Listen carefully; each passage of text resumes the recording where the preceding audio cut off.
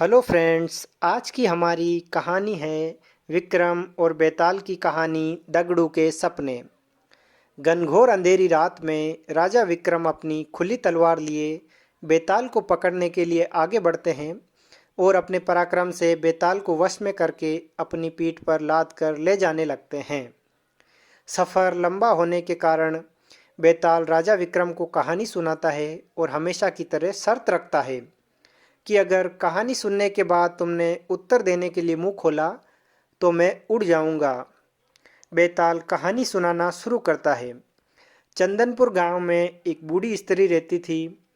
उसके एक बेटा था जिसका नाम दगड़ू था। वह स्त्री नए पुराने कपड़े सिलने का काम करके अपने और अपने बेटे का पेट पालती थी। दगड़ू एक बहुत ही कामचोर और आलसी लड़का था और दिन रात हमेशा सपने देखा करता था।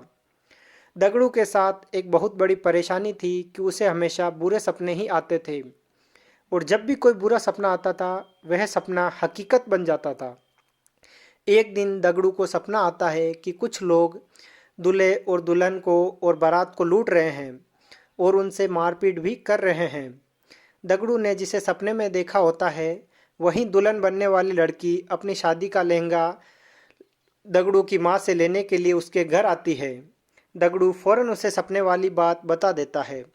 वह लड़की अपनी माँ और ससुराल वालों को यह बात बताती है, पर सब लोग इस सपने वाली बात को वहम समझकर अनसुना कर देते हैं। शादी के दिन जब दूल्हा और दुल्हन बारात के साथ घर जा रहे होते हैं तब सपने वाला वाक्य सच में घटित हो जाता है और इस पूरी घटना में दगड़ू पर आरोप लगते हैं कि वही लुटेरों से मिला होगा, वरना उसे कैसे पता चल सकता है कि ऐसा होने वाला है। और शक की बिना पर सारे लोग मिलकर दगड़ू की खूब पिटाई करते हैं। इस घटना के कुछ दिनों बाद एक रात दगड़ू को सपना आता है कि मोहल्ले में रह रही चौधरायन का नया मकान गृह प्रवेश के दिन ही जल के खाक हो जाता है। तभी अगले ही दिन चौधरायन उस मकान को बनवाने की खुशी में लड्डू लेकर दगड़ू की माँ के पास पहुँचती है और गृह प्रवेश समारोह के दिन जलसे में आने का न्योता भी देती है। वहीं पर सपने की बात दगड़ू फौरन अपनी माँ से और चौधरायन से कह देता है। चौधरायन गुस्सा हो जाती है और गुस्से में लाल पीली होकर दगड़ू की माँ को ही कहने लगती है कि तुम्हारा बेटा तो है ही काली जुबान वाला और उसके बोलने से ही सबके साथ हमेशा अमंगल और अनर्थ हो जाता है। चौधरायन गुस्से में जली कटी सुनाकर माँ बेटे को बुरा भला कह के वहाँ से चली जाती है।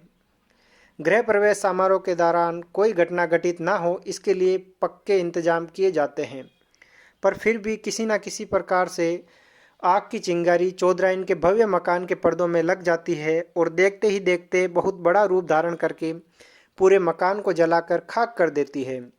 चूँकि दगड़ू इस बारे में पहले ही बोल चुका होता है, इसीलिए सब लोग उसे काली जुबान का बोलकर उस पर टूट पड़ते हैं और उसे मारकर गांव से निकाल देते हैं। दगड़ू समझ नहीं पाता है कि लोगों को सच सुनकर उस पर क्रोध क्यों आता है। खैर दगड़ू एक दूसरे राज्य चला जाता है जहां उसे रात की पहर में एक महल की चौकीदारी का काम मिल जाता है। वहां के राजा को अगले दिन सोनपुर किसी काम से जाना होता है, इसीलिए वे रानी को कहते हैं कि उसे सुबह जल्दी उठा दे। दगड़ू रात में महल के दरवाजे पर चौकीदारी कर रहा होता है, तभी अंधेरा होने के कारण उसे नींद आ जाती है और फिर उसे सपना आता है कि सोनपुर में भूकंप आया है और वहाँ मौजूद सभी लोग मर गए हैं। दगड़ू फौरन चौंक कर जाग जाता है और अपनी चौकीदारी करने लग जाता है। दगड़ू सुबह राजा के सोनपुर जाने की बात सुनता है, तभी उसका रथ रुकवाकर अपने सपने वाली बात राजा को बता देता है।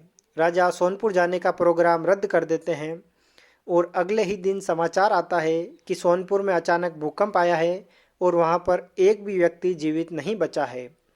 राजा तुरंत दगड़ू को दरबार में बुलाकर उसे सोने का हार भेंट करते हैं और उसे नौकरी से बाहर निकाल देते हैं। कहानी सुना के बेताल रुक जाता है और राजा विक्रम से प्रश्न करता है कि बताओ, राजा ने दगड़ू को पुरस्कार क्यों दिया और अगर पुरस्कार दिया तो उसे काम से क्यों निकाला। राजा विक्रम उत्तर देते हैं कि दगड़ू ने अमंगल सपना देखकर उसकी सच्चाई बताकर राजा जी की जान बचाई, इसीलिए उसने दगड़ू को पुरस्कार में सोने का हार दिया और दगड़ू काम के वक्त सो गया था, इसीलिए राजा ने उसे काम से निकाल दिया। बेताल अपनी शर्त के मुताबिक राजा विक्रम के उत्तर देने के कारण हाथ छुड़ाकर वापस पेड़ की ओर उड़ गया और राजा विक्रम हमेशा की तरह वापस खाली हाथ लौट गए। धन्यवाद।